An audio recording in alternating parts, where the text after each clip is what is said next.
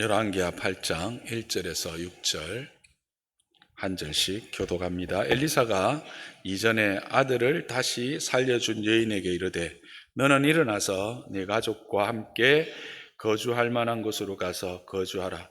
여호와께서 기근을 부르셨으니 그대로 이 땅에 7년 동안 임하리라 하니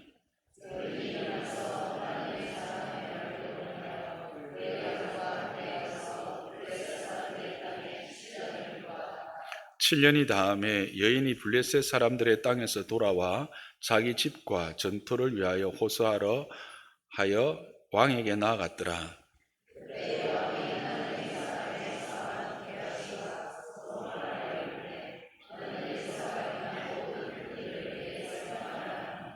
게하시가 곧 엘리사가 죽은 자를 다시 살리신 일을 왕에게 이야기할 때에 그 다시 살린 아이의 어머니가 자기 집과 전토를 위하여 왕에게 호소하는지라.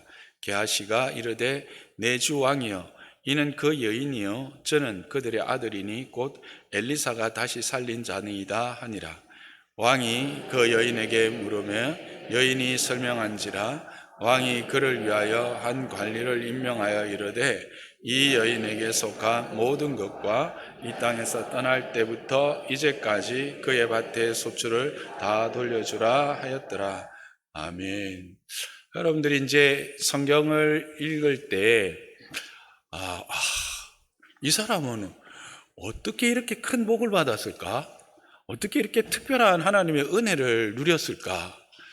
는 생각하면서 이분의 복이 이 사람이 누린 은혜가 내 복이 되고 내 은혜가 되었으면 좋겠다 하는 그런 사람들을 여러분들은 만나게 될 거예요.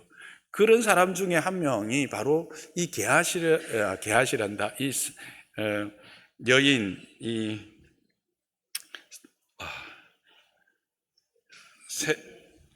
세겜이죠.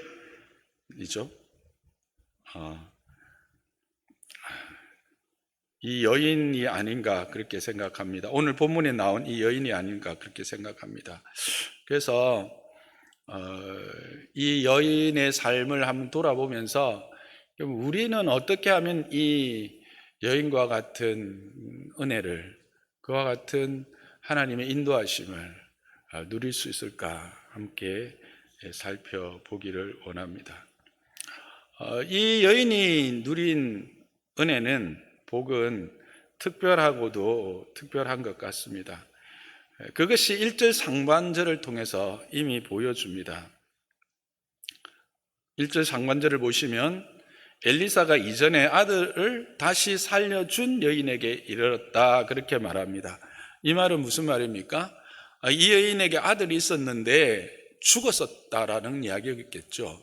그런데 그 죽었던 아들을 엘리사가 살렸다라는 것입니다. 여러분, 아들이 있는데 갑자기 죽었어요. 어릴 때. 그런데 그 아들을 살림을 받았다. 다시 살려서 품에 안게 되었다. 여러분, 이 정말 엄청난 특별한 은혜 아닙니까? 그죠? 근데 더 놀라운 사실은 그 아들을 얻는 과정조차도 특별했다라고 하는 것입니다. 열왕기하 4장 14절에서 17절에 보면 그 내용이 나오는데, 이제 엘리사가 게하시에게 이 여인을 위해서 내가 해야 할 일이, 도움이 돼야 될 일이 뭐가 있을까라고 물어보았습니다.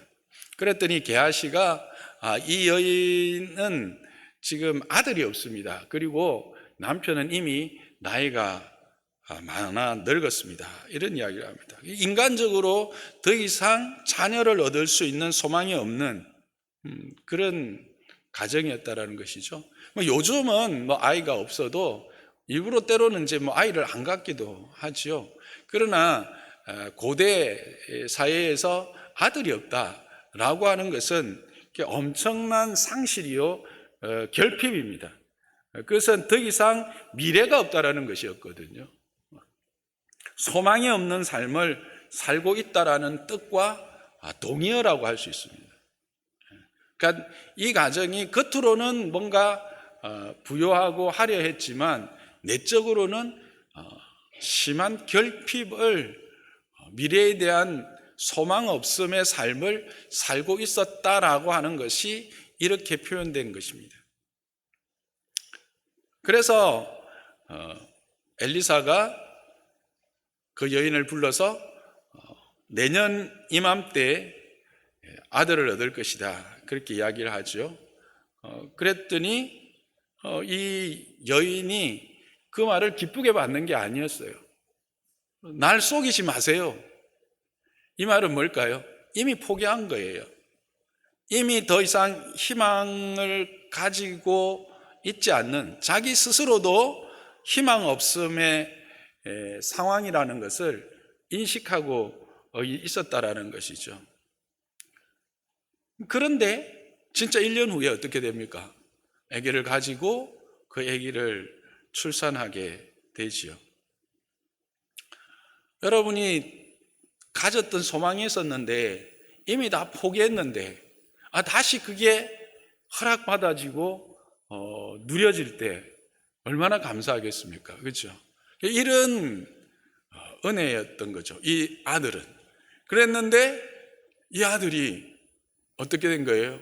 어느 날 타작마당에 아버지 따라갔는데 타작을 하던 중에 아이고 머리야, 아이고 머리야, 그렇게 갑자기 머리가 아팠던 거예요.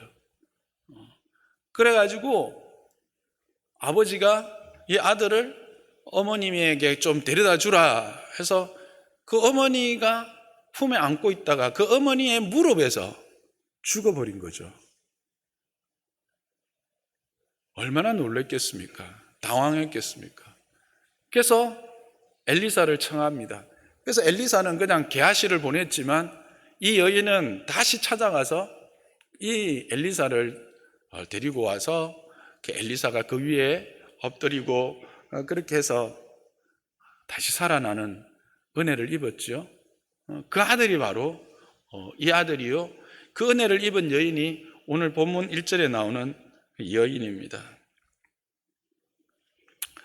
이런 은혜를 입은 여인이 오늘 다시 엘리사를 만납니다. 엘리사가 찾아갑니다.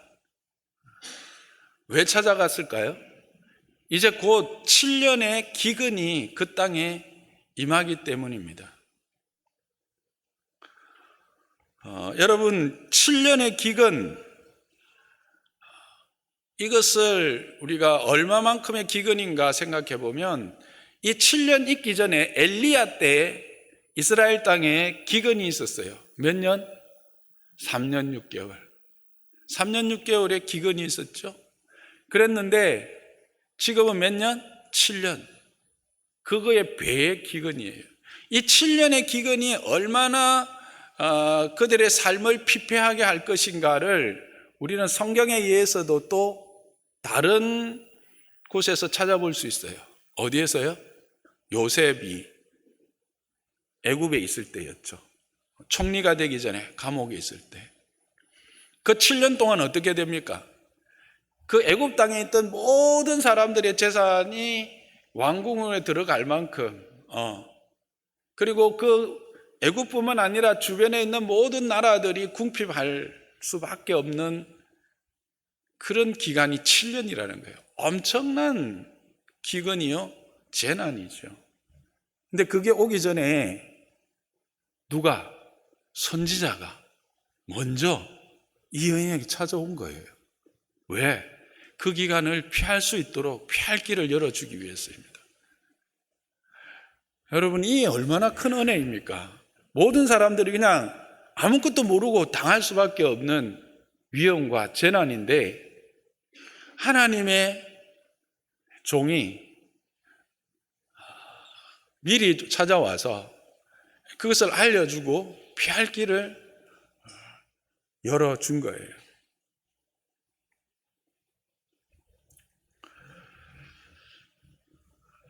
그런데 또 생각해 보면 이 여인은 앞에서도 살펴봤듯이 나름대로 집안이 좀 부유한 집안이었어요.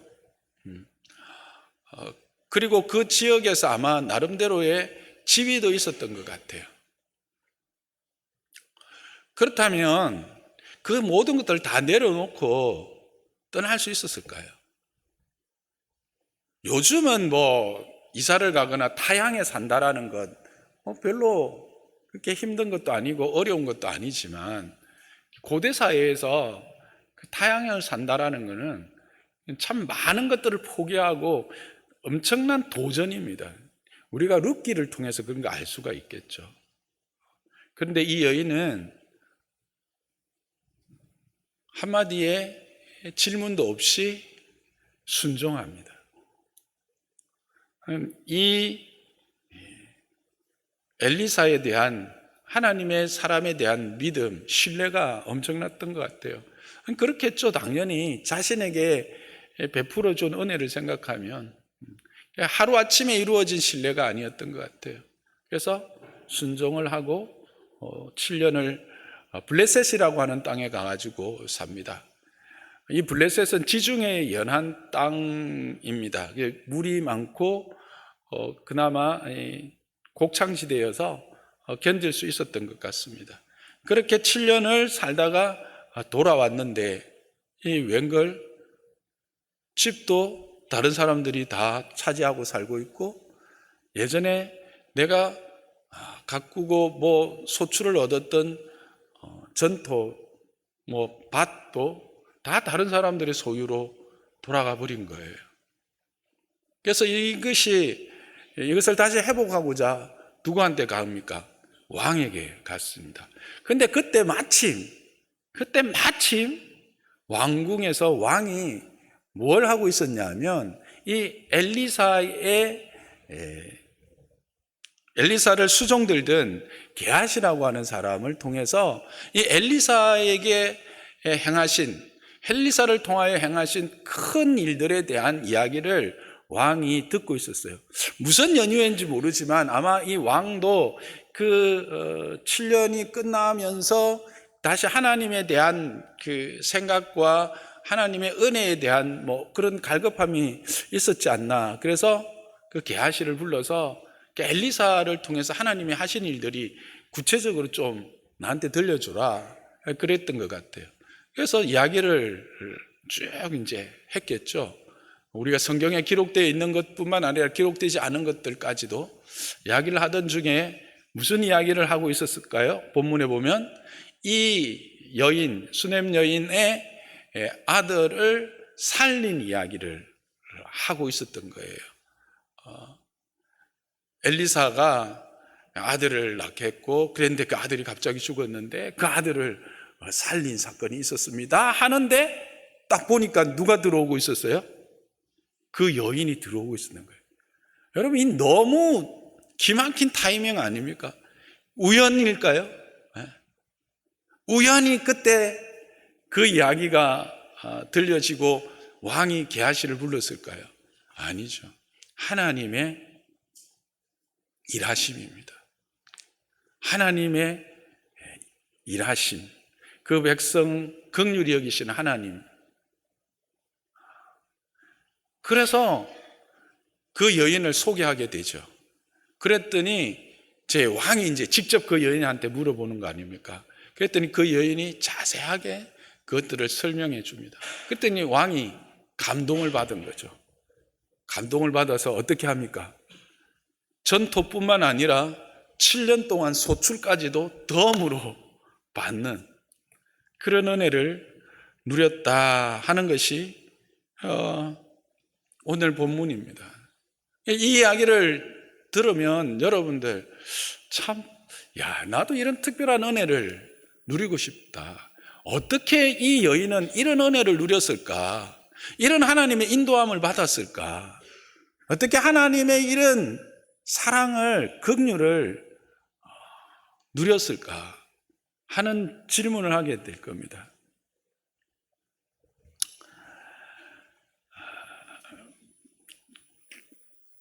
그 질문을 찾기 위해서는 이 여인과 엘리사의 첫 만남으로 돌아가 보아야 합니다. 열왕기하 4장 8절에서 10절에 보면 그 첫 만남이 있습니다. 하루는 엘리사가 수넴을 이릅니다. 근데 이게는 이제 자기의 습관을 따라 행했다고 그렇게 말하고 있는데, 수넴이라는 곳에 이르렀는데 한 여인이 옵니다. 근데 그냥 여인이 아닙니다. 어떤 여인? 귀한 여인입니다. 그래서 이 여인이 그냥 평범한 여인이 아니라 그 지역에서 나름대로의 지위가 있는 그런 여인이었던 것 같습니다. 간권하여 음식을 대접하고 지날 때마다 그 음식을 계속 대접하다가 어느 날 남편에게 이 엘리사를 위하여 거처를 마련할 것을 제안하고 그를 위해서 작은 방 하나를 담 위에 만듭니다.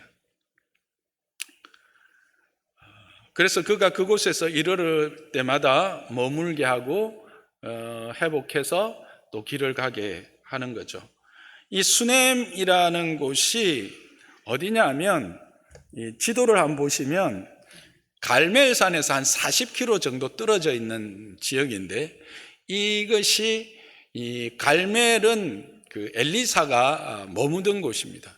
엘리사가 머물다가 갈멜에 있다가 순회하면서 하나님의 말씀을 전하거나 또 백성들을 돌아보는 선지자의 삶을 살아갈 때 갈릴리로 가거나 길갈로 가거나 예루살렘으로 가거나 이렇게 갈 때 늘 거쳐가는 지역이었거든요.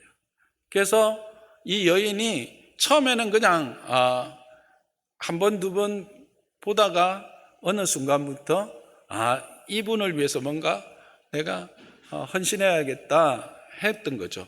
왜냐하면 그의 삶의 이야기가 들렸을 거 아닙니까? 그가 행한 하나님의 일들에 대해서 들었을 거 아닙니까? 그래서 그 일들을 시작한 것이죠.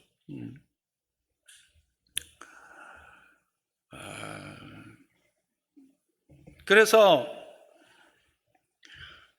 이 은혜가 시작된 겁니다. 근데 여기서 이제 이 여인은 뭐 귀한 여인이고 자기가 가진 것은 많은 사람이었으니까 당연히 그렇게 행할 수 있었을 것이다 라고 생각할 수도 있지만, 또 한 걸음 더 들어가 보면 꼭 그렇지만은 않아요. 우리가 앞에서 살펴봤듯이 이 여인에게는 뭐가 없었다? 아들이 없었다, 자녀가 없었다는 사실. 여러분, 근데 이 여인의 이 하나님에 대한 태도, 이 선지자에 대한 태도를 보면 하나님에 대한 믿음이 약했을까요? 아주 강했을까요? 강했겠죠. 그러면 그 아들 없음이 어떤 의미인지를 알기 때문에 하나님께 기도했을까요? 안 했을까요? 했겠죠. 한두 번 했을까요? 아닐 겁니다. 대충 했을까요? 아닐 겁니다. 수없이 많은 밤을 새우며 간절하게 기도했습니다. 그런데 뭐요? 허락되지 않았어요. 그렇다면 하나님에 대한 그의 태도는 어때야 된다고 우리가 일반적으로 생각할 수 있을까요? 그냥 대충 할 수도 있어요. 그냥 형식적일 수 있어요. 그랬는데 이 여인은 그렇지 않다는 거예요. 비록 자기의 소원함과 자기가 원하는 것들에 하나님께서 다 채워주고 온전히 채워주지 못했지만 주신 것으로 인해서 감사하고 그 주신 것으로 하나님을 위하여, 주의 일을 위하여 기꺼이 즐거이 헌신했다는 것이죠.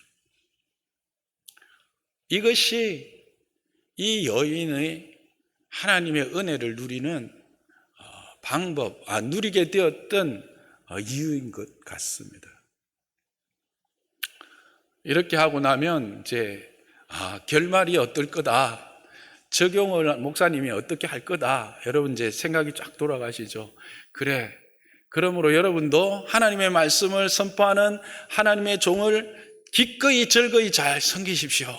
그들을 위해서 거처를 준비하시고 먹을 거를 잘 대접하십시오 라고 결론이 날 거다라고 생각을 하셨고, 또 혹 그런 설교를 이 본문을 통해서 들은 분들이 있을 것입니다.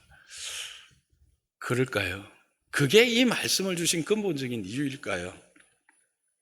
저도 그렇게 설교하고 싶은 생각이 굴뚝 같았습니다. 인간이기 때문에. 근데 본문을 보니까 그게 주제가 아니더라고요. 이 여인의 아름다운 헌신과 그의 아름다운 섬김이 하나님의 은혜, 특별한 은혜, 다른 사람들이 참으로 부러워할 만한 특별한 은혜를 누리게 하셨던 이야기를 지금 적어서 읽혀주신 이유가 뭘까? 그것은 이 성경이 가장 먼저 읽혀진 자들이 누구인가를 보니 답이 나왔어요. 여러분이 열왕기 성경이 어느 시대에 누구에게 읽혀졌는지 아십니까? 처음 시작하면서 제가 간단히 언급했던 것 같은데, 이것은 이스라엘, 즉 유대가 바벨론에 의해서 완전히 멸망하던 그 시점, 그리고 포로기 초기 그 시점에 기록되어졌고 전달되어졌어요. 우리가 그 보수적인 교단에서 이 성경의 열왕기의 저자를 누구라고 보느냐면 예레미야로 보기 때문에 그렇습니다. 예레미야, 이게 이제 우리가 전통적으로 이렇게 전해 내려오는 것에 의하면 예레미야에 의하여 기록되어진 성경이다. 그렇게 볼 때 이게 유다가 멸망을 하고 이제 포로가 되어서 노예로 살아가기 시작하던 그 시점에 전해준 거예요. 그렇다면 이 열왕기를 통해서 계속해서 하나님께서 전달하고 싶은 주제는, 목적은 뭐였을까요? 이 책을 읽던 그 이스라엘의 형편은 어떻습니까? 포로로 잡혀왔어요. 노예가 되었어요. 소망이 있어요? 없습니다. 절망입니다. 70년 후에라고 말하는 하나님의 약속은 있었지만 지금 그 성경을 읽는 사람들은 최소한 몇 살? 아무리 어려도 10대라고 쳐도 그 당시 70년 후에 그것을 소망하면서 기다릴 만한 믿음이, 또 그런 것을 볼 가능성이 있는 사람들이에요? 없는 사람들이에요. 절망과 좌절의 시기였을 것입니다. 회복과 소망을 전혀 논할 수 없는 시기에 이 책이 주어졌고, 이 책 안에 지금 이 수넴 여인이라고 하는 한 여인의 복된 삶, 하나님의 은혜의 경험들을 기록한 거예요. 그럼 뭐예요? 주제가 나오잖아요. 비록 지금 그들의 삶이 소망에 대하여, 미래에 대하여 꿈꾸거나 이야기할 수 없는 시대였지만, 그러나 이 수넴 여인의 삶을 통해서 뭘 보여주시는 거예요? 하나님의 약속과 그 하나님의 은혜가 어떻게 그 백성들에게 임하며 이루어질 것인가 하는 거예요. 7년이라는 시간이 거저 7년일까요? 이것은 바로 완성의 시간이죠. 하나님의 시간입니다. 완전한 하나님의 시간에 하나님이 누구를? 그의 사랑하는 백성들을 이렇게 회복시킨다는 거예요. 어떻게? 하나님의 때에 하나님의 방법으로. 여러분, 어떻게 그 왕이 게하시를 부르고 또 게하시와 함께 이야기 나눌 때 그 죽은 아이가 살아난 이야기를 할 때 그때 그 여인이 거기에 도착할 수 있었겠습니까? 앞에서도 말씀드렸듯이 우연일까요? 우연일 수가 없습니다. 이건 뭘까요? 하나님이 이스라엘을 어떻게 하실 것인가를 보여주는 말씀인 것이죠. 엘리사가 전달한 메시지를 순종하는 가운데 이 여인이 회복되어졌던 것처럼 선지자들을 통해서 전달되어졌던 하나님의 말씀에 순종하는 그 백성들로 하나님은 다시 그들을 세워갈 것이다라는 것이죠. 그들이 바벨론의 포로가 된 것은 하나님이 무능력해서도 아니고 하나님이 잠잠히 침묵해서도가 아니라 그들 스스로가 말씀을 떠난 결과요, 말씀에 순종하지 않은 결과임을 인식시켜주기 위한 거울이었던 것이죠. 이 여인은 이 이스라엘 백성들의 거울이 된 겁니다. 자기들의 지금 비참함과 자기들의 지금 좌절과 결핍의 거울이 된 거예요. 반대편 거울이.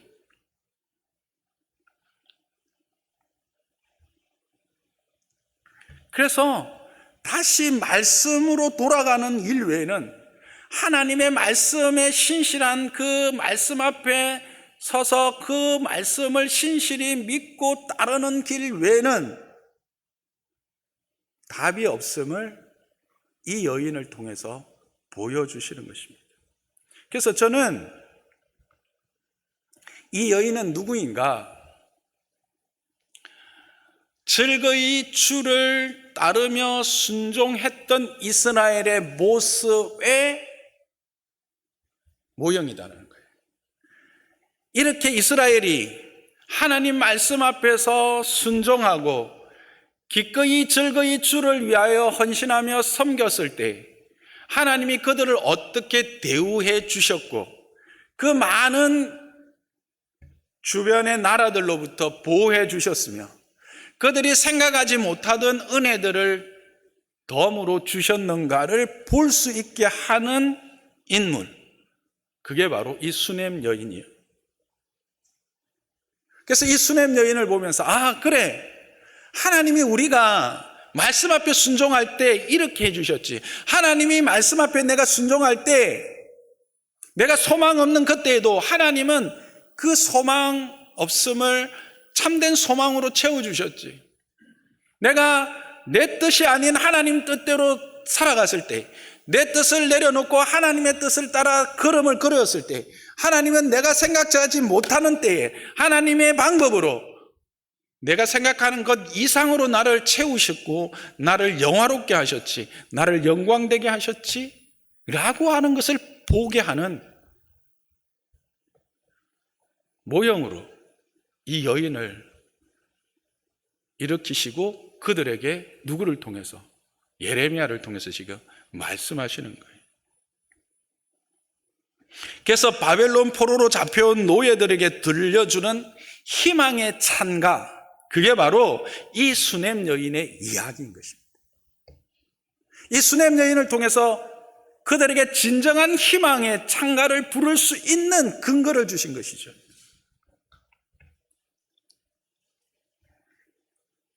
그래서 이 수넴 여인처럼 다시 순종의 길로 즐거이 주를 위해서 지금 있는 현실을 바라보는 게 아니라 있는 그 자리에서, 비록 내가 노예로 있고 포로로 있고 내가 고향을 떠나 있는 이 삶이라 할지라도 내가 주님 앞에 기꺼이 즐거이 순종하면 주님은 반드시 회복시키시고 우리를 통해서 영광을 받으실 것이다라고 하는 소망을 갖게 하는 그 말씀이, 이 말씀이요, 그것이 바로 이 여인의 삶인 것입니다. 그래서 예레미야를 통해서 우리에게 주신 예레미야 29장 말씀이 있죠. 함께 읽어볼까요? 시작. 여호와의 말씀이니라. 너희를 향한 나의 생각을 내가 아나니 평안이요 재앙이 아니라 너희에게 미래와 희망을 주는 이기시니라. 이게 예레미야의 핵심 구절 중에 하나입니다. 그들은 주변에 있는 많은 나라들로부터 힘들게 당하고 수탈당하고 정복당할 때 하나님이 우리를 향해서 진노를 바라시며 재앙을 주시기를 기뻐하시는 것 같다 라고 생각했던 거예요. 근데 아니라는 거예요. 하나님이 진정 그들에게 주고 싶은 것은 샬롬이었다, 평안이었다.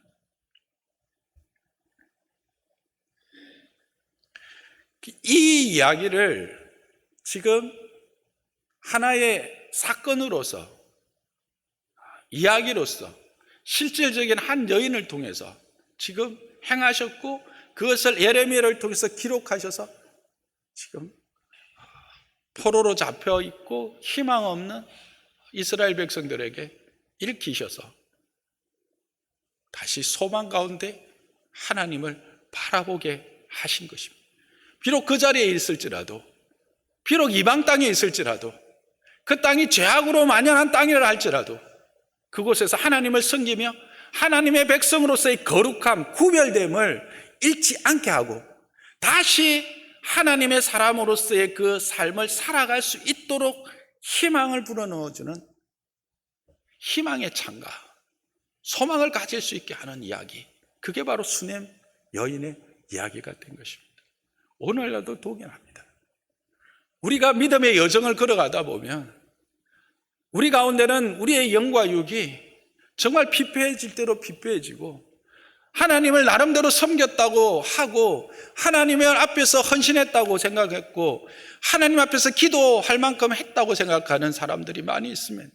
그럼에도 불구하고 내가 소망하는 것들, 내가 원하는 것들은 채워지지 않는 가운데 여전히 하나님의 하나님 되심이 과연 우리 안에서 지금도 역사하고 있는가에 대해 회의하며 그렇게 살아가고 있는 패배적, 영적 패배주의에 물들어서 살아가고 있는 분들이 분명히 있을 거예요. 여러분, 그때 이 수넴 여인을 생각하십시오. 이 여인이 이런 특별한 은혜를 누렸던 이유가 무엇인지를 우리는 생각해 보면 거기에서 소망을 얻게 됩니다. 무슨 소망입니까? 하나님이 그 백성을 향한 계획하심과 인도하심과 은혜 베푸심이 얼마나 크고 놀라운가 하는 것입니다. 그런데 우리는 이 이야기를 여기서 처음 듣는 게 아닙니다. 우리는 요한계시록을 통해서 분명히 들었습니다. 수없이 많은 환난과 재난이 이 땅 가운데 있습니다. 믿음의 여정 가운데 우리를 도전하고 넘어뜨리려고 하는 세력은 우리가 생각하는 것보다 더 크고 더 엄청납니다. 더 강대합니다. 더 힘이 있습니다. 더 영악합니다. 그러나 그 모든 그 가운데서 우리를 지키시고 보호하시는 이는 그 모든 것들을 능히 이기고 남으시는 하나님, 여호와 하나님이라는 사실, 우리의 구주 예수 그리스도라는 사실. 그래서 우리는 요한계시록을 마치면서 어떤 결론으로 함께 은혜를 누렸습니까?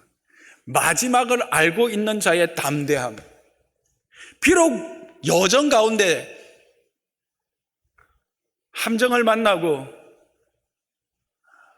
그 많은 시련, 그 안에서 울부짖을 수밖에 없는 상황이 있다 할지라도 그럼에도 우리를 향한 하나님의 그 계획은 우리를 온전케 해서 그 하나님의 영광 안에서 하나님의 영광이 되게 하실 것이다라고 하는 하나님의 약속, 그것을 우리는 보고 그 끝을 아는 자로서의 담대함을 가지고 오늘을 살아내자라고 하는 것으로 우리는 함께 은혜를 누렸습니다.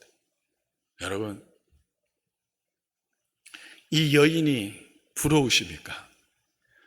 이 여인에게 허락하신 은혜가 이미 우리에게 허락된 것을 여러분 믿으시기 바랍니다. 그 은혜가 이미 그리스도를 통해서 우리에게 약속되어졌고 허락되어졌습니다. 그것을 바라보며 오늘 이 죄악된 세상에서 어찌 보면 왜소하고 힘이 없고 그래서 노예처럼 아무런 영향력이 없는 삶을 살아가는 내 모습 때문에 자괴감이 드는 그런 상태라 할지라도 여러분 좌절하지 마시고